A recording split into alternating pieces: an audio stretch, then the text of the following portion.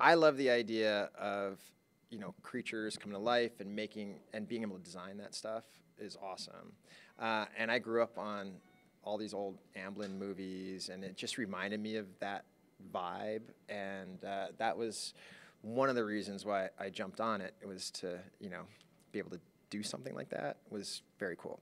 And then the Goosebumps series is, it's an anthology series of books, but the movie isn't any one of those books. It sort of takes them all as one, and then Jack plays L.Stine, and all these creatures that are in his head come to life, and the movie's this crazy adventure of putting them back, in the book.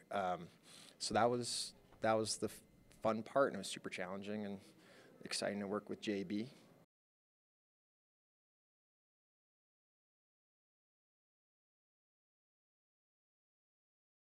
I'm excited to bring all these monsters to life because I'm a monster guy. I've always, even when I was a little kid, all I would draw would be pictures of Godzilla and different creatures and monsters from the Black Lagoon and Frankenstein's.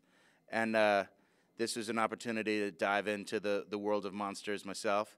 And my boys, I got two boys, a 6-year-old and an 8-year-old, and they're deep into monsters, but they're also kind of scaredy cats. So we'll watch a lot of monster movies together, but old school, like 1930s, 1940s, The Invisible Man, Frankenstein.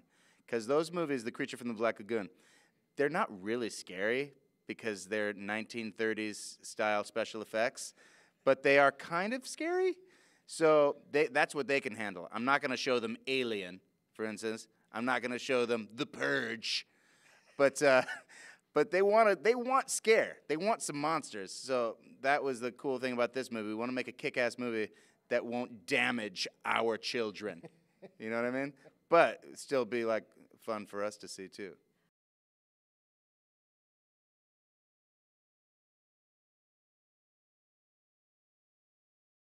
It's a story of a kid named Zach who is transplanted from New York and moves into a small town. And the house he moves into happens to be next door to kind of a creepy guy. But Zach falls for this guy's daughter, and everything seems cool until he stumbles across the study in the house next door, and we find out that it's L.Stine. And one thing leads to another, but he lets one of L.Stine's creatures, monsters out of the book, out of these books, these magic books, and suddenly all of the monsters get loose, and they have to put them all back in. And so these characters are Zach, Hannah, and Zach's friend from high school, Champ, along with L.Stine, running around this small town trying to get all these monsters back into the books. Give me that microphone. All right. Make that better. It was totally wrong. The movie is about L.Stine, the author of the Goosebumps book series. And all of his monsters that he's ever created are released onto an unsuspecting neighborhood. And the whole movie is really about L.Stine and these 3 kids from the neighborhood, one of them which is my daughter, recapturing all of the beasts that we've set loose.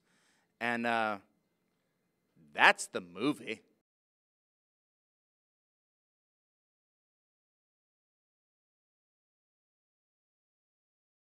We went and met the real L.Stine before we started making the movie to get his blessing and make sure he was cool with the direction we were going. Get any notes from him about, what we could do to make the script more kick-ass or what he thought of it. And he was very supportive.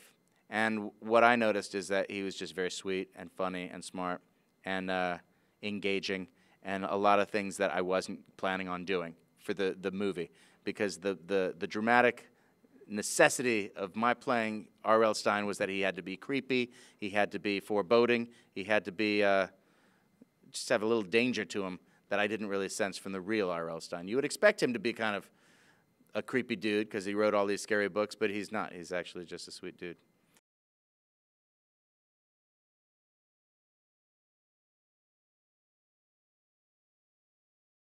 It's fun. It's scary. There's a lot of action, amazing action adventure set pieces.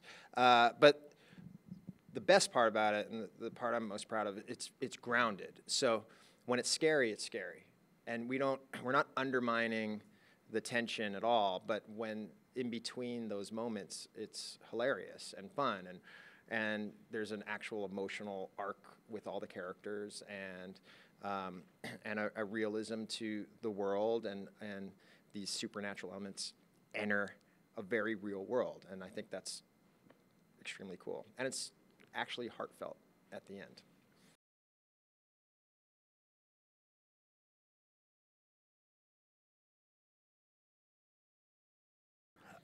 What you're going to get is a look at some of the coolest monsters that have ever been put on screen. Rob has assembled an incredible team of special effects mavens and wizards, and I don't know that you've ever seen this many kick-ass monsters in one monster mash before. It's a monster mash, yeah. I'm not going to tell you all of the different monsters we have because it would take too long, but can I even say what's in the movie? Because I don't want to give too much away. I don't know. I could get sued if I tell you all the monsters. I'm dying to tell you, but I'm not going to. Maybe if you list them off and you guys bleeped it. But it's going to be scary. It's going to be super funny. I'm coming through with some comedy gems, if I don't say so myself.